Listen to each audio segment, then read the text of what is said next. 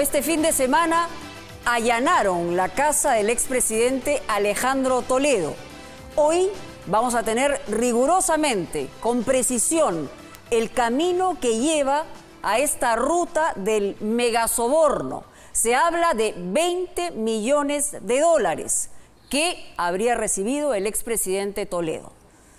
Toledo, que encabezó en su momento la representación de la lucha contra la corrupción, en una circunstancia de esta naturaleza, cae como un castillo de naipes. ¿Quién nos lo cuenta? Marisol Choquehuanca. Vamos a revisar los ambientes. Le ruego que nos dé las facilidades del caso, ¿de acuerdo? Sí. Así se inició el allanamiento de la casa de Camacho del expresidente Alejandro Toledo. El fiscal Hamilton Castro es quien lidera la diligencia. ¿Nos permite la resolución? Por supuesto. Gracias. Hay que notificar, sí, para usted va a quedar, ¿no? Hay que ver en qué ambiente vamos a empezar. Sí, ¿cuáles son los ambientes que Esta continúan? es la sala principal, la sala de estar, comedor, la cocina está al otro lado. Enciende esta luz también, por favor. Todas las del primer piso enciendan. Madrugada del sábado. Este fue el preámbulo a las maratónicas 9 horas que duraría el allanamiento al inmueble de Toledo Manrique, acusado por la Fiscalía de haber recibido 20 millones de dólares en sobornos de la constructora brasileña Odebrecht por ganar la licitación de los tramos 2 y 3 de la carretera interoceánica.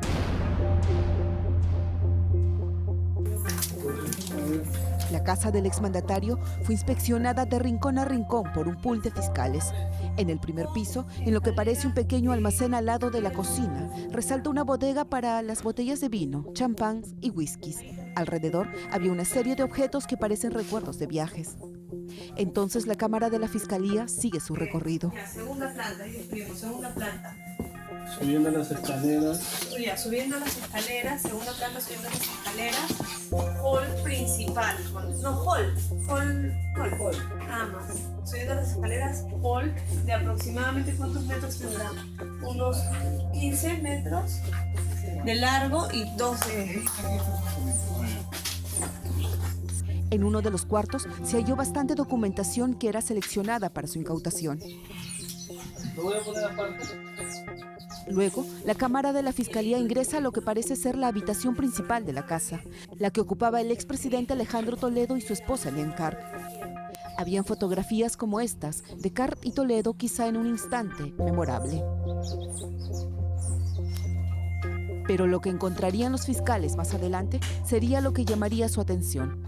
En el estudio de la casa se hallaron cintas y videos como estos, rotulados con diversos nombres, como por ejemplo Comité Regional del Perú, Aeropuerto, Ucayali, entre otros. Otro hallazgo fue este documento, al parecer solicitado por el exmandatario para saber qué congresistas formaban parte de la comisión investigadora que se formó en el 2015 para investigar los actos de corrupción de las empresas brasileñas como Odebrecht y Camargo Correa en nuestro país. En la lista aparecen los nombres de Juan Pari, Mauricio Mulder, Karina Beteta, entre otros. Los fiscales también hallaron esta nota escrita a mano y dice: con cariño para los Maiman de los Toledo.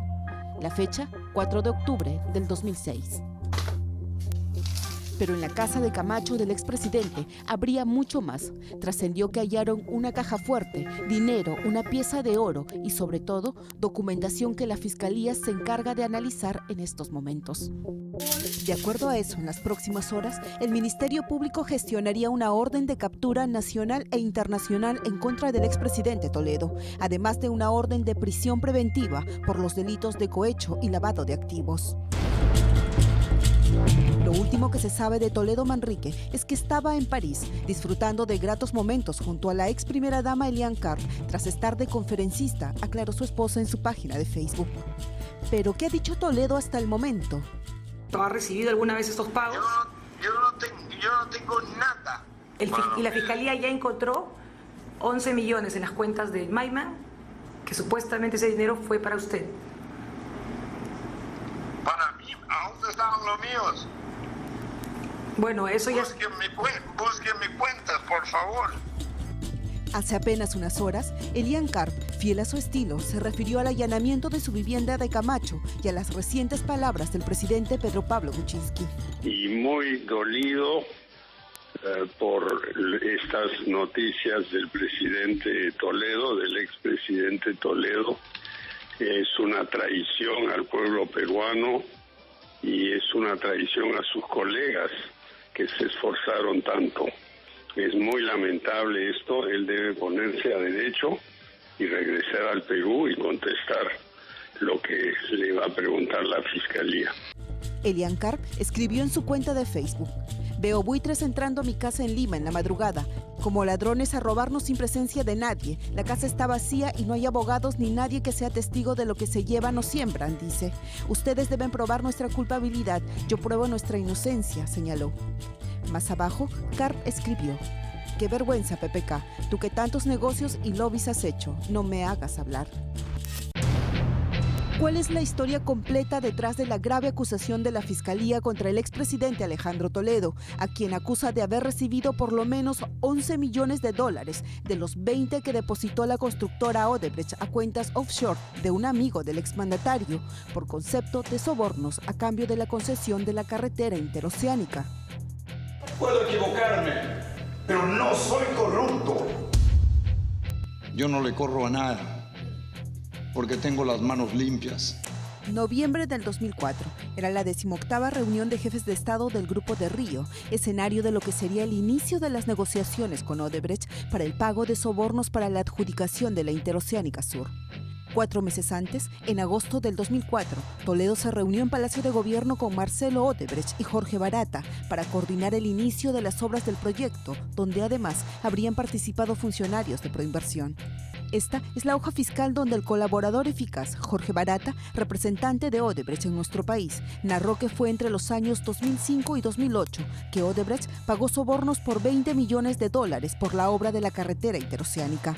Dice que un alto funcionario del gobierno se acercó a Odebrecht para pedir coimas a cambio de ganar la licitación. Esa persona a la que se refiere habría sido Abraham Danón, el jefe de seguridad de Palacio de Gobierno de Toledo. Este sujeto además era hombre de confianza de Joseph Maiman, gran amigo del expresidente. Según narró Barata a las autoridades, en la Cumbre de Río del 2004 se reunió con Toledo, cita en la que participó, dice, Joseph Maiman y 2 amigos de este, quienes le dicen que el pago debía ser de 35 millones de dólares, que depositarían en diversas empresas de Maiman. Sin embargo, luego el monto disminuyó a 20 millones de dólares porque las bases de la licitación no se modificaron. El pago de la coima fue de manera escalonada entre el 2006 y el 2010. Fue en junio del 2005 que Odebrecht, en consorcio con empresas peruanas como Graña y Montero y JJ Camet, obtienen la licitación de lo que se presentó como un gran proyecto de integración. Este es un elefante blanco porque el propósito de esta vía era que nosotros exportáramos a Brasil por tierra. Y ese es un enorme disparate porque el mercado brasileño, donde está la demanda, está a la misma distancia del Perú que México por tierra. El gran negocio se había realizado.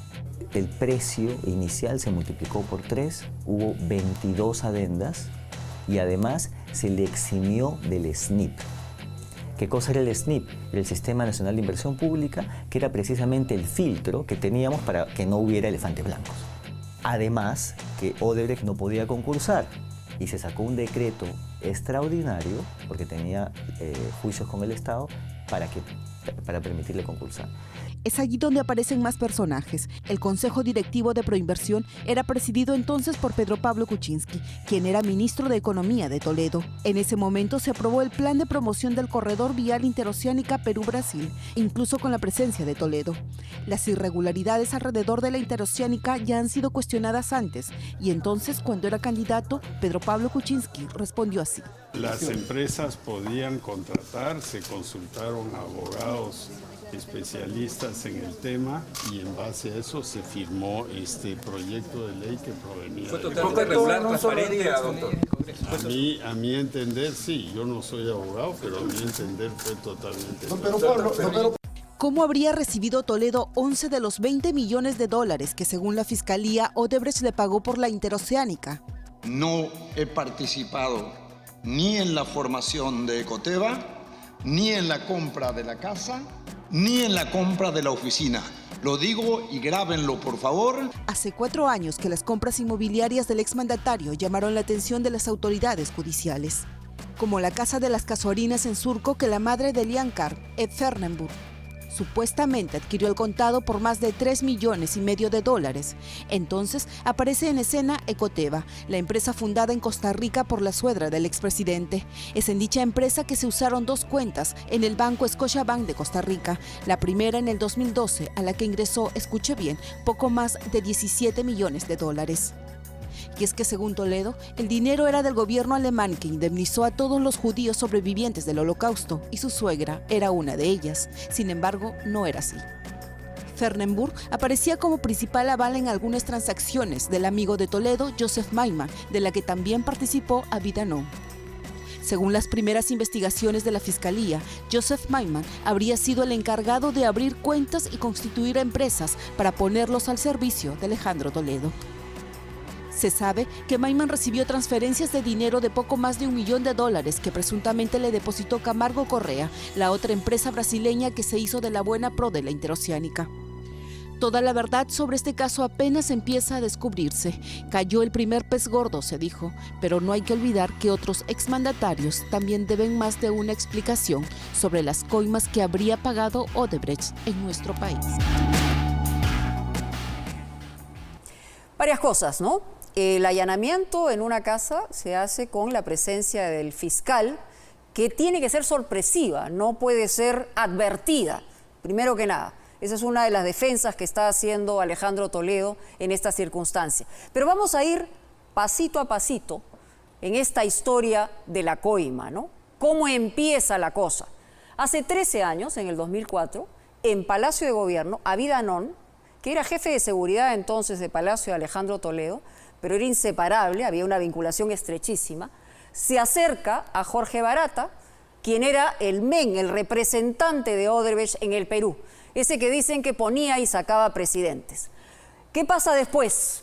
Ese mismo año, en noviembre, en Río de Janeiro, la excusa aparentemente era una reunión, una cumbre en Río, donde asistía el entonces presidente de la República, pero paralelamente se realizó una reunión entre Jorge Barata, Joseph Maiman, financista, amigo, también cercanísimo del circuito de poder de Alejandro Toledo, el mismo Alejandro Toledo, Gideon Weinstein y Zavi Ceylan, quien aparece también ellos vinculados a cuentas que tienen que ver con Ecoteva, con Ecotech, con Ecoestate. Y amigos, evidentemente, muy pero muy cercanos de Joseph Maiman. Seguimos con esta ruta de la coima. A fines del 2004, comienzos ya del 2005, en Lima, ya en la capital, se reúnen en la oficina y en casa de Joseph Maiman, Jorge Barata y eventualmente, no en todas, dicho por el mismo Barata, Alejandro Toledo. Esto es básicamente el inicio de esta historia que sabemos cómo comienza, no tenemos idea todavía hasta dónde va a llegar y cuántos millones va a sumar. Pero ¿de dónde se desprende todo esto?